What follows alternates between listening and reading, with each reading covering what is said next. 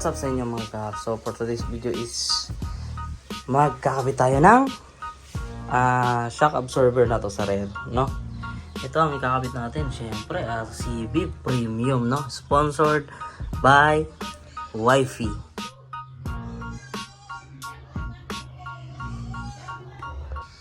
So ikakabit natin din kay Skyler kasi matagtag na yung stock niya, din wala ring nagre-repair din kasi dito na alam ko na Pulito talaga gumawa ng stock niya, nagre-repack, kumbaga ano ba tawag nun. At yan, medyo madumi pa siya, hindi ko pa kasi nalinisan kasi laging umuulan yan, medyo makulimlim nga ngayon ang panahon. Kasi ko muna yung mga cover. Tampay pa rin mo. So yun, natanggal na natin yung side cover natin dito, no, sa airbox niya. Pero wala na siyang airbox, bali yan yung pinampalit ko na pantakip sa airbox dito kasi may naka-open throttle body tayo na 4S1M 36mm. Kaya na. At yun, hindi na pala natin kailangan itong baklasin yung mga cover kasi pwede lang natin dito sipatin. Kaya maabot naman ng power tools natin. Saka yung dito rin sa ilalim yan. Hindi rin naman siya tatama dun sa kabila, so pwede lang natin gamitan ng power tools dito. Then after natin makabit yung shock absorber is lilinisan natin to siya, tapos bibigyan natin ng magandang montage.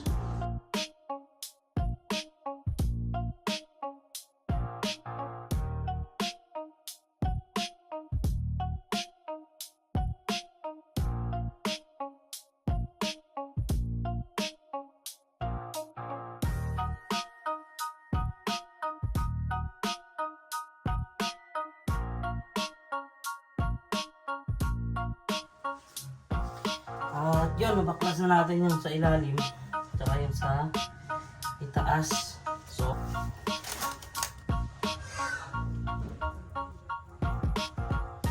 may galos na, may galos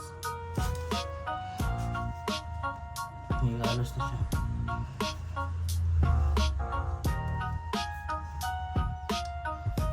Tutok na rin pala yung ano niya, rubber damper niya.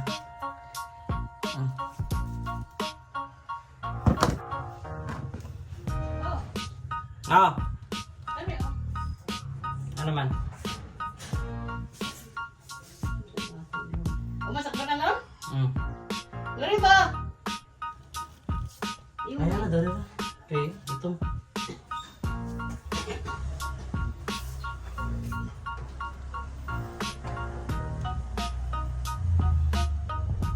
So, yun mga gara. At bago natin ito ikakabit, no?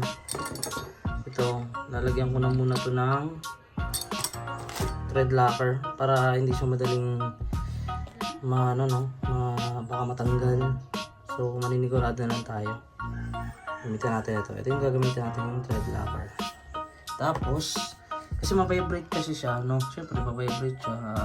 So kailangan natin ito para hindi mag-loose yung mga bolt, mga tornilyo natin. Tsaka ito. Ito. Yan. So, ang gagawin ko rin is pag natanggal ko to, lalagyan ko rin siya ng thread locker para hindi rin siya mag-loose, no, sa kada vibrate, sa mga lubak.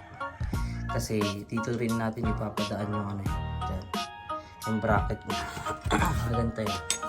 Ganyan. So, yan, nakaganin yan. Okay. So yun mga garno, tapos na natin siyang makabit yung RCB natin na rear shock absorber, no? Ayan siya mga garno. Bale, hindi ko muna ibabalik yung cover niya dito, hindi ko muna ibabalik kasi itotono pa natin siya based sa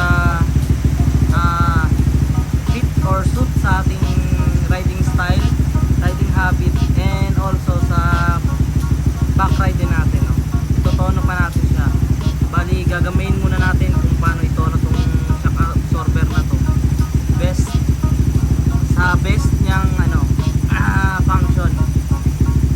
So, yun, abang-abang lang muna tayo mga gar para sa review natin sa shock na to. Kung anong masasabi natin sa RCB. Bali, ang sticker na yung baliktad yan, pero meron naman siyang kasamang sticker. Pwede nyo rin ilapat na lang dyan para hindi nakabaliktad